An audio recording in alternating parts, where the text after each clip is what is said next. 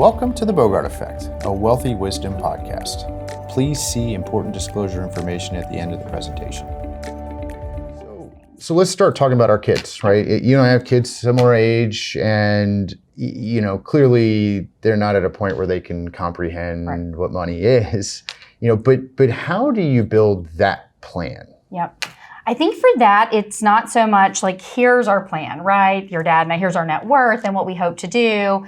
It's really just that financial education. Because if our goal is to transfer wealth to them and just make them good citizens, right? And having that education that you really don't get in school. You get a lot of great things in school. So when I think about the young ones, mine are 9, 8, and 3. So we'll leave the 3-year-old aside. But for the girls, it's really been, what is investing 101? And here's resources and ways to do it. An example I love, so Alex, who runs the management team here, with his 2 daughters, he set up and said, hey, pick 2 stocks that you want to follow. And they had a conversation about it. Now with your kids, it's going to be probably Disney, Netflix, Amazon, Mattel. Like, we know the ones they're going to go for.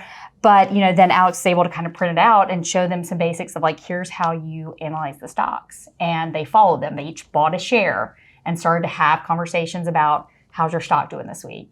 And which I love that. Well, and I've found that's the best way to connect the children.